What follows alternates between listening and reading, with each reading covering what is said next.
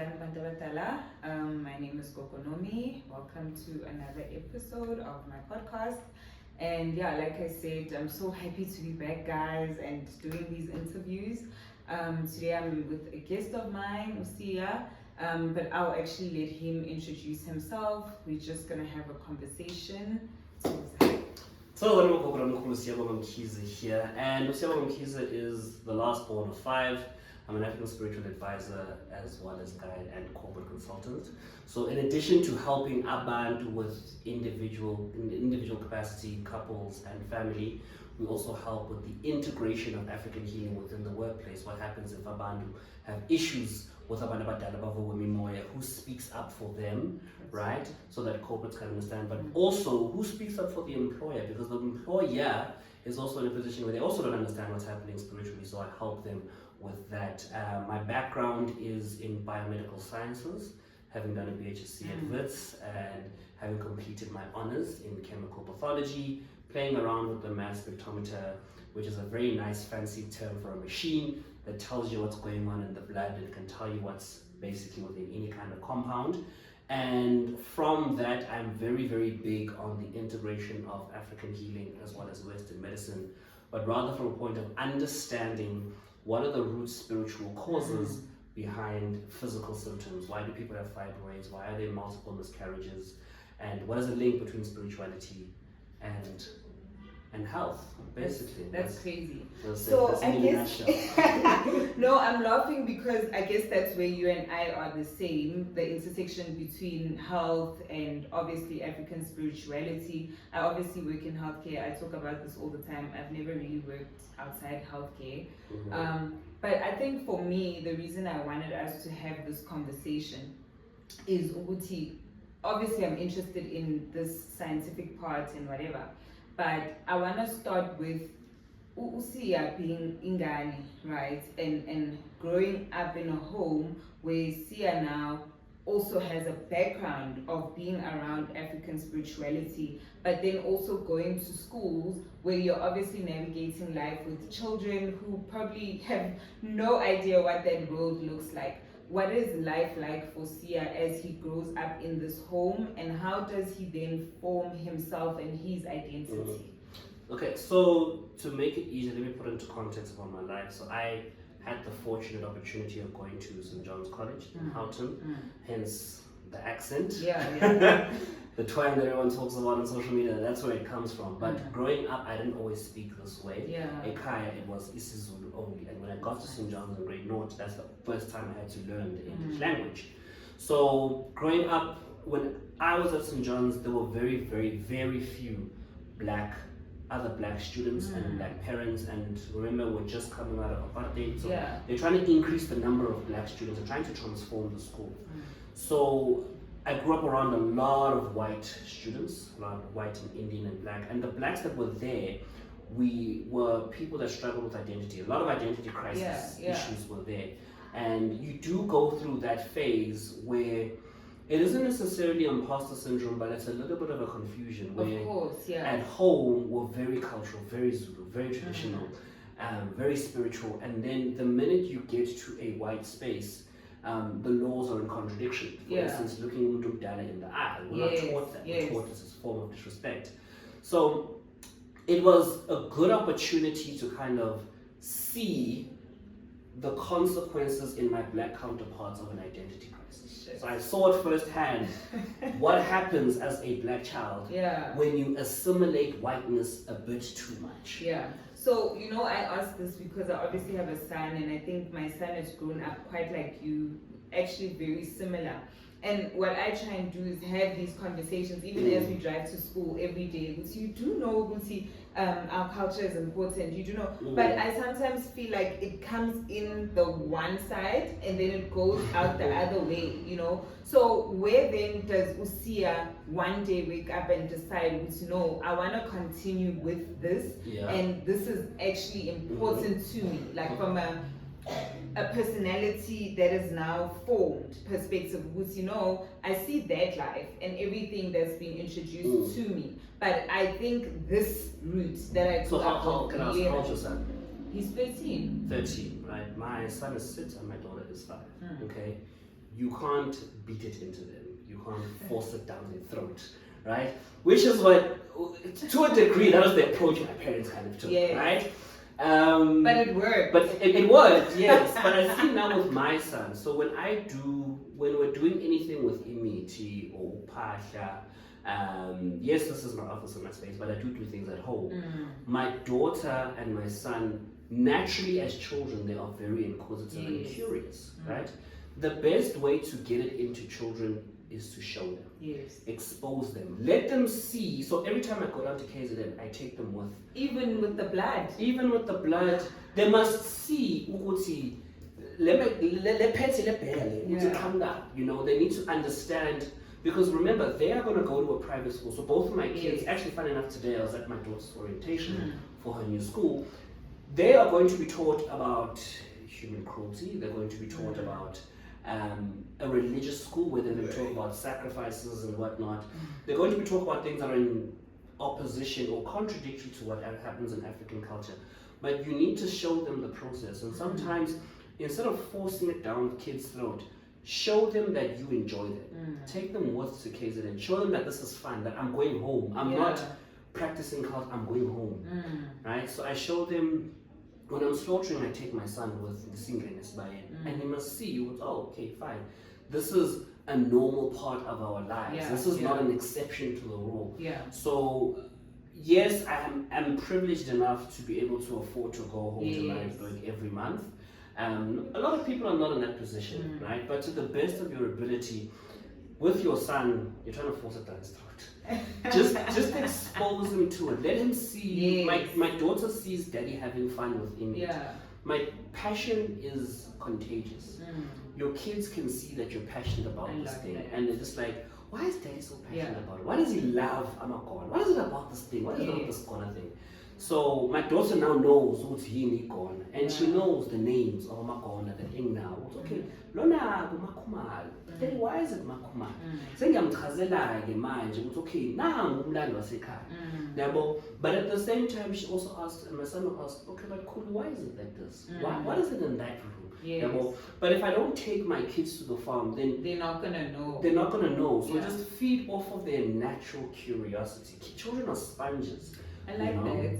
But I wanna know, since when it was forced down your throat? When was the moment? Yes, because we all have, I believe, especially as healers, right? We all have moments where we kind of fight this thing off, you know? And then there's like one particular moment that comes in and it's like, okay, actually, I just need to release. I think so. What happened was, I got into Wits for a BHSC. And then I got into Stellenbosch University for medicine. The goal was always, I'm Siya Mkhize, I'm going to be Dr. Mkhize like my dad. My dad's Dr. Mkhize. My dad's a PhD, right? So I was like, no, I'm going to become a medical doctor, right? But I've always wanted to become a medical doctor, right? And because I've always had a fascination of biology and physiology and biochemistry, okay? And then I've accepted at Stellenbosch, flights are booked, accommodation sorted, you know, I'm going to Stellenbosch to do medicine. This is also like, we've still got a place for you to do BHSC, right? In my mind, I hear that you can go from BHSC and swap over in second year, right? And I was like, in that day, okay? It was a Monday morning or something. I'm supposed to fly down to Cape Town a week or two later. I phoned my dad, and my dad is about to pay the deposits and everything, or sort out everything's in mind and whatnot at Stellenbosch. I was like, time, I'm not going to go to Stellenbosch, I'm going to go to Wits and I'm going to do a BHSC at Wits. It's like, magic, I said, I'm getting a BHSC. And I'm no, it's a degree that follows the doctors. It's like, Sabam, are you sure? And I'm like, I'm sure. Like, I get, and I thought of my father because I know my mother's going to fight me, right? My mother's like, Sabam, you're going to Stellenbosch, you do medicine, you know? That one single decision is the reason why I'm here today. Really? Because Adam Habib at the time was vice chancellor. So Adam Habib calls us all in and he says, right guys, the last year where you can transfer to second year ended before you guys here. That was the last year. So now I'm devastated. I said no to Stellenbosch because that was the plan. He says, complete your undergrad and then go to the GEMP program. Okay? I'm like, okay, sure. Siya Mkhize, I'm going to lock in. Okay, but meanwhile, I'm still already doing. Meanwhile, for the past 10, 15 years, Ubaba Ulapha Bantu Sizavana, we're busy documenting the trends and patterns, right? Ubaba's looking at it from a spiritual point of view. I'm looking at it from a medical point of view. That is cool. Okay, ingane enenkinga yesibongo iyachuzula. There's fits and seizures. Oh, okay, sure. Okay, exactly. Right? So exactly, right? But those are patterns and trends I'm seeing from the age of 12, from your son's age. Because again, my dad he exposed me to it. I ngazama ku camp first year. I passed the exam well, declined. I'm like, okay, well, what am I going to do now? Let me just do my honors. Okay, do my honors in chemical pathology. Chemical pathology, best thing I ever did was research. Research, because research is where everything clicked in that honors year. Everything. You know, when you have a whole bunch of data and you're like, okay, what is the correlation between all of this data and all of that data? So for the past 20 years, right, all of that data came together in that one single year of honors in chemical pathology. Having done embryology was one of the reasons why I was able to understand spiritually. Was okay, fine.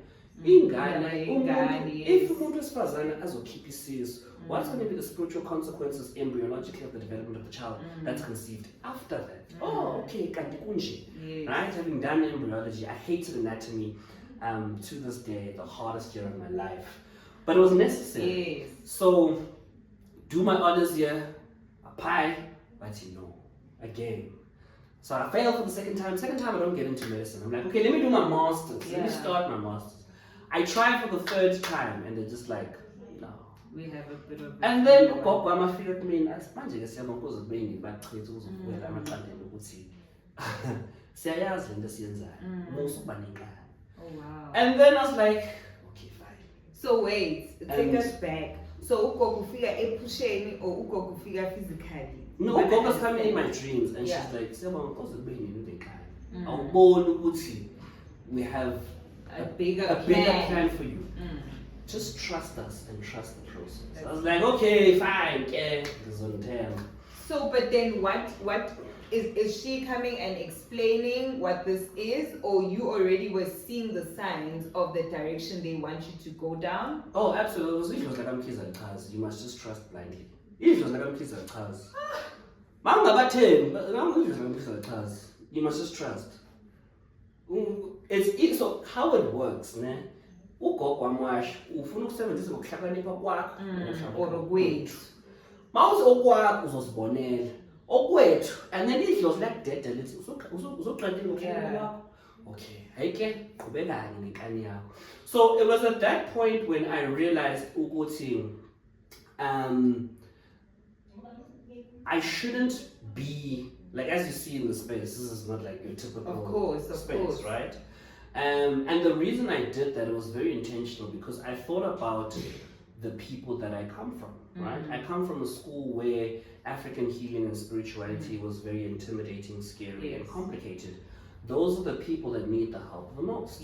So let me create an environment and a space and content and articulate it in such a manner that one, everybody can understand and engage and participate, but it's a warm, friendly space, which is different. So that's where I want to then interject with you and ask, and what has been, I know the reception sometimes is great from people, but what about the other side, like the questioning, the backlash, the people who feel, even that you think you can do that is an issue?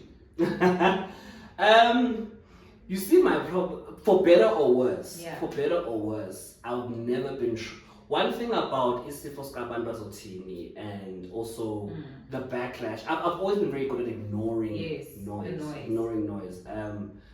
For better or worse, I'm not short of confidence, I'm not short of a healthy dose of ego. And that's because I don't know if that's funny or not, but I'm like, I get it, my parents breathed life into me.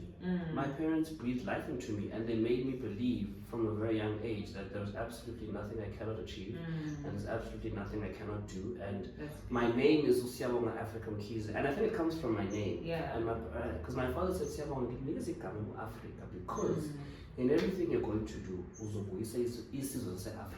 That's beautiful. Africa is going to be That's literally why he called me Africa. But I think that goes back then to when I have conversations with people even about naming and why naming your children is so important. And then people would be like, I think I watched a TikTok of someone saying, do you guys really take your naming of your kids so seriously? I'm like, yeah, we really do take it seriously because you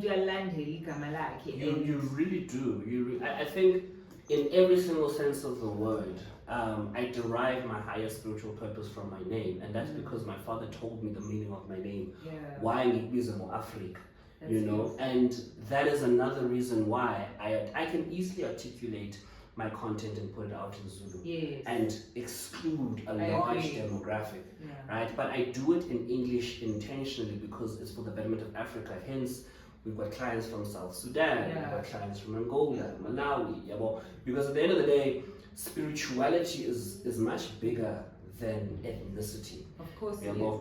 So, because why Ngibuza the criticism element, right? Because I'm getting warmer now. It's of course there's the actual critics where people will say things to you and whatever, but then there's also the witchcraft and the things that people send your way. And I think I just want to know how you deal with that. I'll be honest and say I never used to believe in witchcraft, and I've been in this for like a very long time. And I've seen that the more I don't believe in witchcraft, the more the witchcraft comes my way. You know, so I'm at a point now as a healer where I'm just like, you guys wouldn't warn me about all of this. How dark it can really be. Yeah, and I think I've been very, very ignorant, which is probably why we even took such a long break. It's because I think my guides wanted me to see something, you know. But I just want to understand, Uti, how do you deal? From a critic standpoint, now, one thing my mama told me, she's like, Sebon, there are no statues that are built in the name of critics. So if you're going to live your life listening to critics, you're not going to become much. So, so from and also there's your calling, right, which you can't ignore. So I think what people don't see is with the calling, it's different because you also not just pushing yourself. There's something else that's always you do things not knowing. The decisions that you make without realizing that you're making that particular decision. I remember something as simple as, why am I choosing drama instead of doing history in grade 10, right?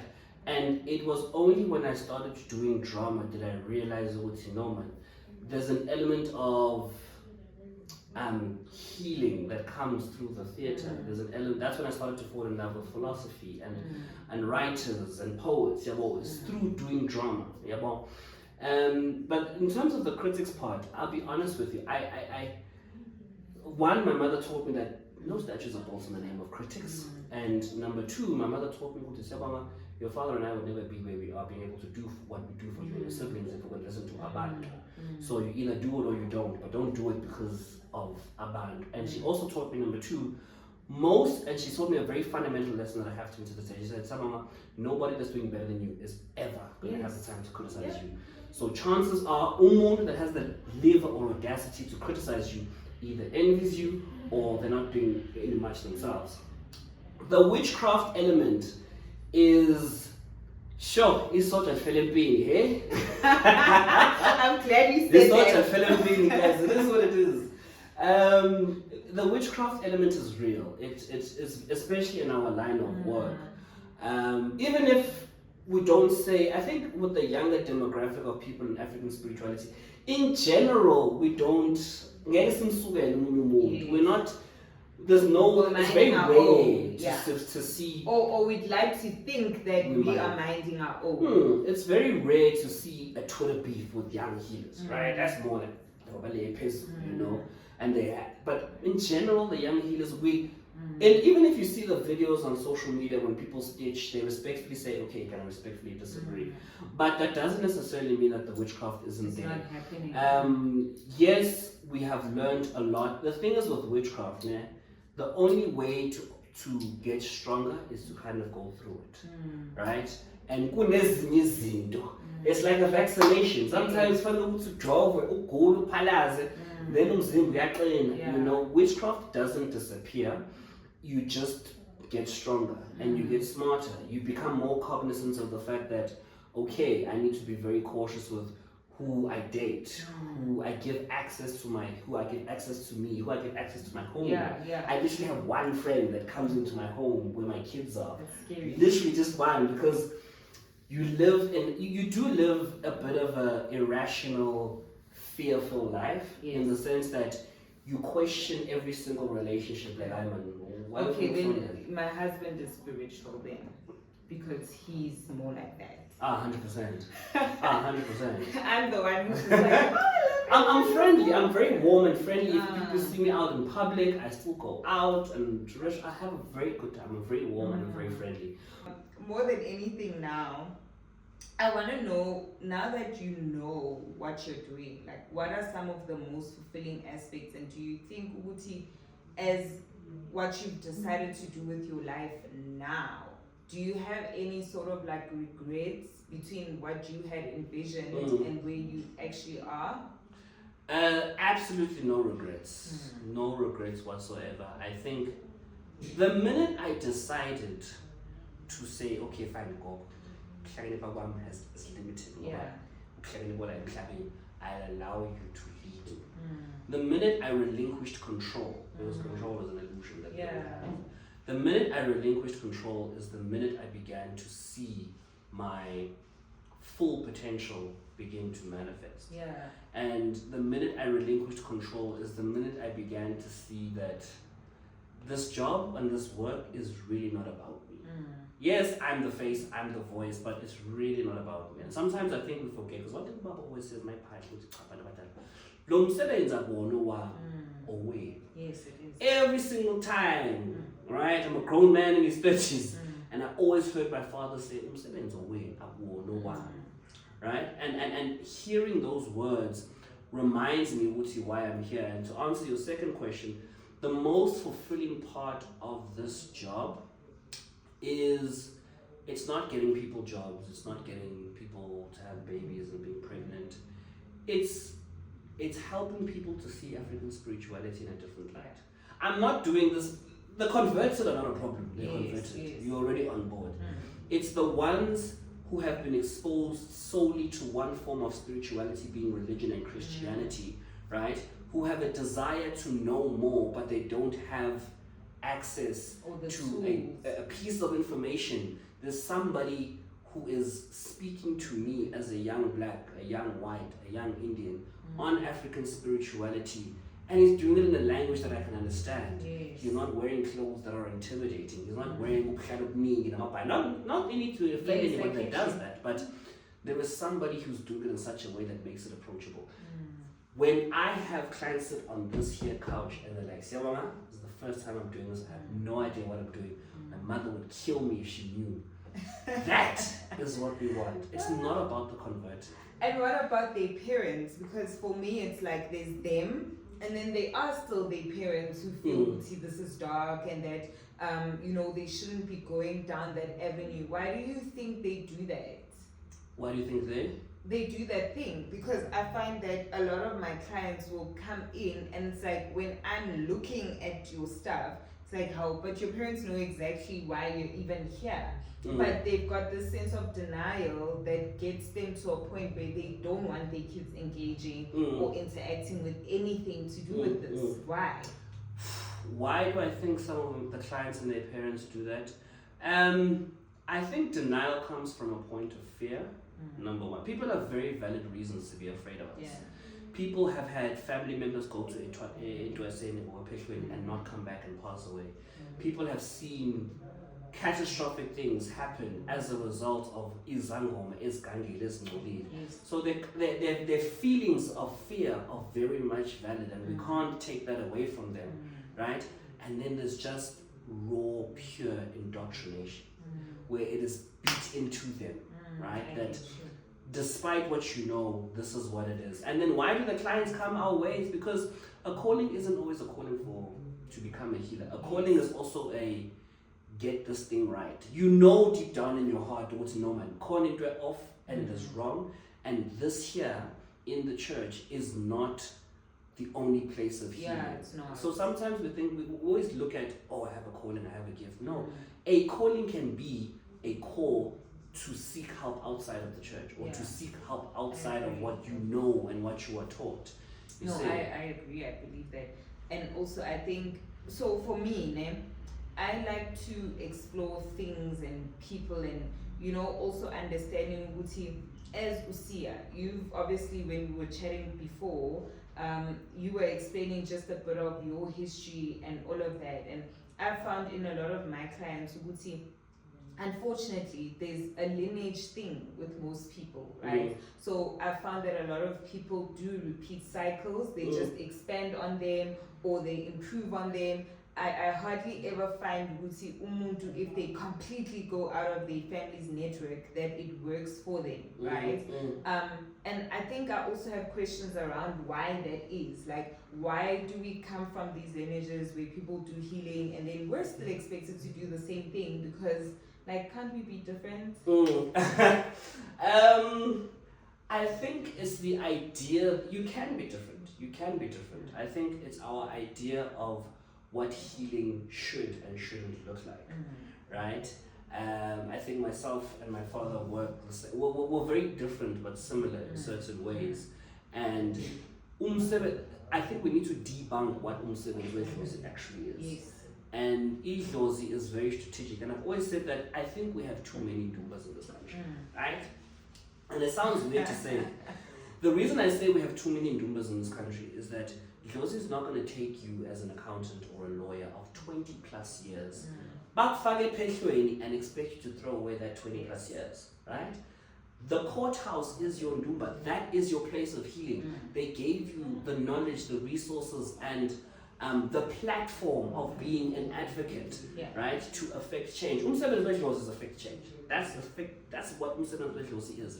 As long as Isandla Sedlozi is involved in everything that you do, then you are doing the Lord's work and you're doing umsebenzi. So the day we understand ukuthi healing need not look like what we think it looks like, is the day you will literally begin to have less Ndumbas, because we don't need healers. We don't need healers in the streets. We don't need healers in Dumbe. We need healers in corporate. We need healers in HR. We need healers as social workers.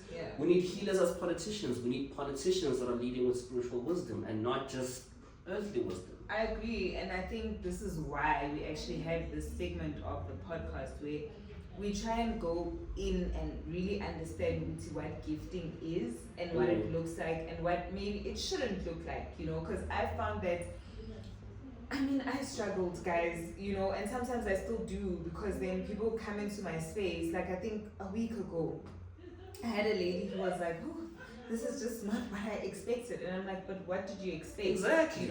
I've offered you how I know how to do the work. And yes, it might be different, but as long as what you got out of it is great, And guys, I don't want to lie, I still do izinto in the old school way, but I feel like there's aspects that I feel like they're not necessary, and because of that, that's why I come to people like you and different people to kind of understand Uti. Maybe Josie has put us on a mandate just as African spiritual people, but I don't know if people can see that mandate yet. Maybe you guys are doing this thing, but you're focused on even the wrong spaces, which is what I'm getting from you, Uti. Maybe you guys are too focused on that room being a functional area, and that is probably why you also don't do well, because you've taken all of your gifts, you've put them in this one room, and now you think if this room is not functional, then when your healing is not functional, then the reason you went Epeshweni is not functional, and why I'm even just saying these things the way I'm saying them is because I've got a lot of people that I mentor, and I think it's sad when people come back like, yo, talk was about I'm not my client, and I'm like, but you don't need clients. You should do this, do that.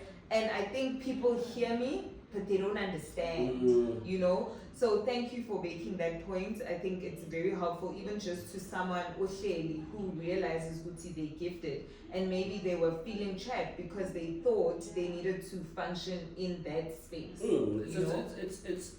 it's also the ability to use your imagination and see beyond that. I think there's a lot of people, and I'm sure you've had them as well, but and I keep 80,000 or whatever they paid, and I'm not my client, and I call Luto that's happening, right?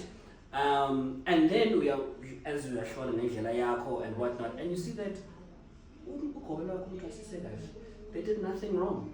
The problem is that they are expecting to apply their work here. Now, what we don't understand is that Ukobela is actually not supposed to teach you how to use your gift.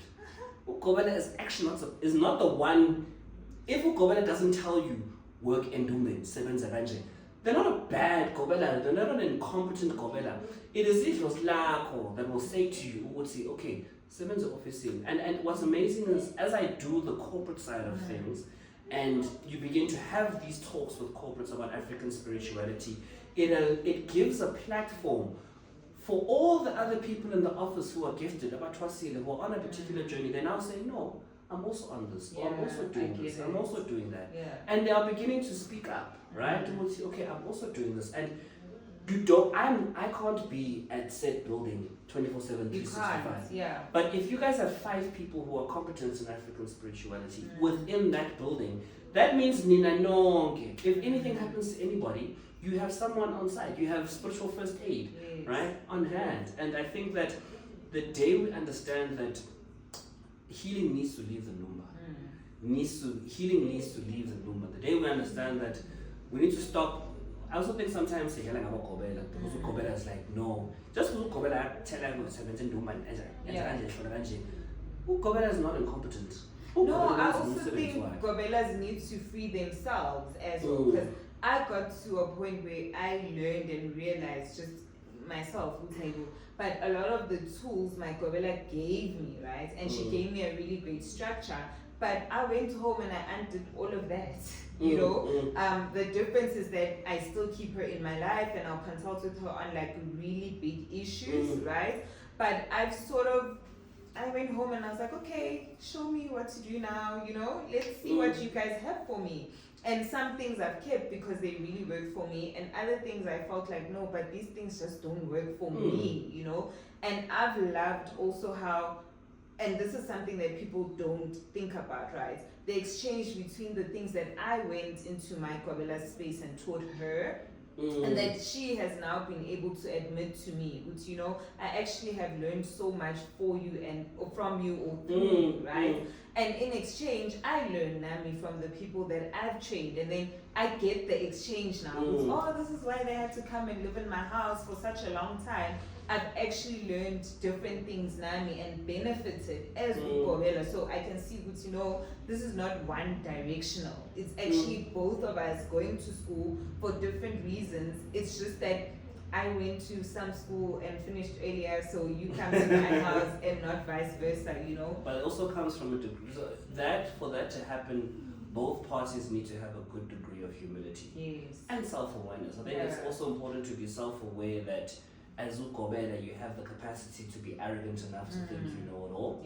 right? But to not do so. But also the humility to admit, okay, fine, I'm also going to learn from other people. And I say all the time, there is no such thing as 100% healing session. It's always going to be 80-20, 90-10.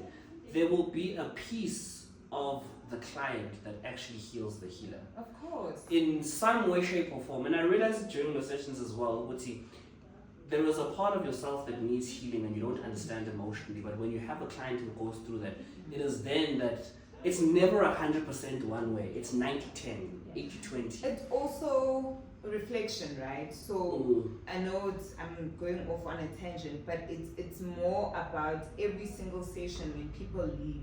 If you do the reflection work, then you'll understand why they had to come to you at that time and for what reason, right? The problem is that we don't get taught that as healers. You know, in as much as you gave them that message, you need to look at the message, which parts of it were for you. And I think if we learn that, we're in a better position because we can self-improve, but we can also see, okay, I'm getting better in this area, or I need to fix these areas of myself too, because it means I'm struggling if I keep getting the same sort of people coming back, you know. I also think we we need to give Gobelas grace. I think we also forget that all Gobela are human beings, right? Yeah. They will be flawed as much as the next person is. I think as much as yes, we can go on about how bad some Gobelas are and how bad some are treated, we also need to give them grace and understand that they also are human beings that are equally learning, right? As you are also learning. Because to expect to Gobela sometimes, and I know I say it all the time, especially about food, this one, right? And that's not a bash at African spirituality. No, that's but when I tell you, okay, you're right. You know, and just because you guys don't, Gobela or incompetent, it just means I also think, Siya, it's a different topic, Leo, on its own, because the people that come in there vary, you know. So I think because Mina, I'm Zulu, I'm liking that my Gobela is Zulu, and so she can do a proper transfer of Zulu customs and all of that. But what happens when it's like Utonga, you know, all these other cultural groupings that come in? We can give you a base, right? But what about your inquiring mind and you asking questions and you probing even after the process though? Because remember, mantwas are usually nibaning. But if you come one-on-one now, so I feel that's where you learn the cultural aspects. Noma bantu begana, which are things that must say and you're not there for that. We just want to know what is Pumani. You know, and that is me just being honest. We just want to go home, you know. But I think, thank you so much. This actually was a lighter conversation and I think I needed it. I want to ask you this question about, okay, we've spoken about Siya, who's got kids and all of that, right? But let's say in another life, rather, not even this one, what is the next level of what you are doing? Even if it's actually in this life, but what is like, where do we see Siya in African spirituality? And I'm asking this not for you. I'm asking because, and this is so sad, when I became a healer, I hated my ancestors because I felt like they are limiting me as a human. And then as I've grown in healing, I've realized that most of my peaks and my really great successes have only come from healing. You know, so even if I look at my financials, it's been the one thing that I thought would disappoint me, and that is the thing that put me in places I never imagined, you know. So I want to know those kind of dreams now that you know what you know. Where do I see myself in this lifetime or the next? A teacher. Just a teacher. A teacher and a speaker. That's it. A teacher and a speaker on African healing and spirituality. Whether it be 100 people or 100,000 people, I will never ever stop helping people on an individual and a family and a couple's basis, right? Because that's the most important groundwork. But ultimately, just to speak on African spirituality and teach on a local and international, even a global scale, is the goal. That is the goal. And the reason why I'm passionate about speaking on African spirituality is that people will begin to eventually learn that we are all already practicing the spiritual principles. We just don't realize it.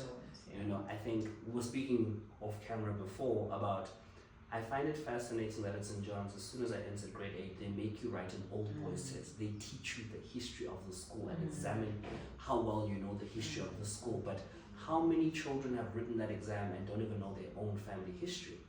Right? The very fact that they're forcing you to learn the history of the institution and they're teaching you the names of the school's ancestors, that is an African spiritual principle. But until I said it now, people probably wouldn't be able to clock the fact that, oh, these two things are the same. And this is why, when you come to my school and you start, the first thing I do is analysis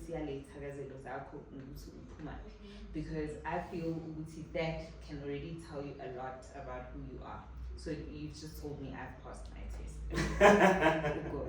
But thank you. I think for me this was great. I obviously did this one selfishly because I felt like I watch you so much, and I think, oh my gosh, if my son can do a fraction of the work that you're doing, and I don't mean to impose it upon him, but I just know that as long as you're born in a family like this, you have a higher inclination of now being expected to do something in that realm. And how nicely you do the work and how beautifully it's conveyed to all of us, I think has made me resonate a lot with your work. And actually, I even mentioned the name Uzi when he's sitting alone, and he must Google because that's how serious I am about the work. But I also think I obviously do say, and I'm now saying this for them, Uzi, I don't just go and sit with people and have conversations with them, right? I get led by spirit. You need to have a conversation with this person, and that's why no matter how long it takes, I will wait for that person to be ready, because I feel ukuthi there's a reason abogogo nabomkhulu would say go hlala nalo muntu lo ukhulume naye. Sometimes I find things out in the session which, oh, this is why, but I think a lot of the time the things we discuss in these chats are things that a lot of people needed to hear, to know, and no one is just saying it out loud. Actually, meaning kanje na kanje. So thank you so much for your time. I really enjoyed this. Oh, can I hug you?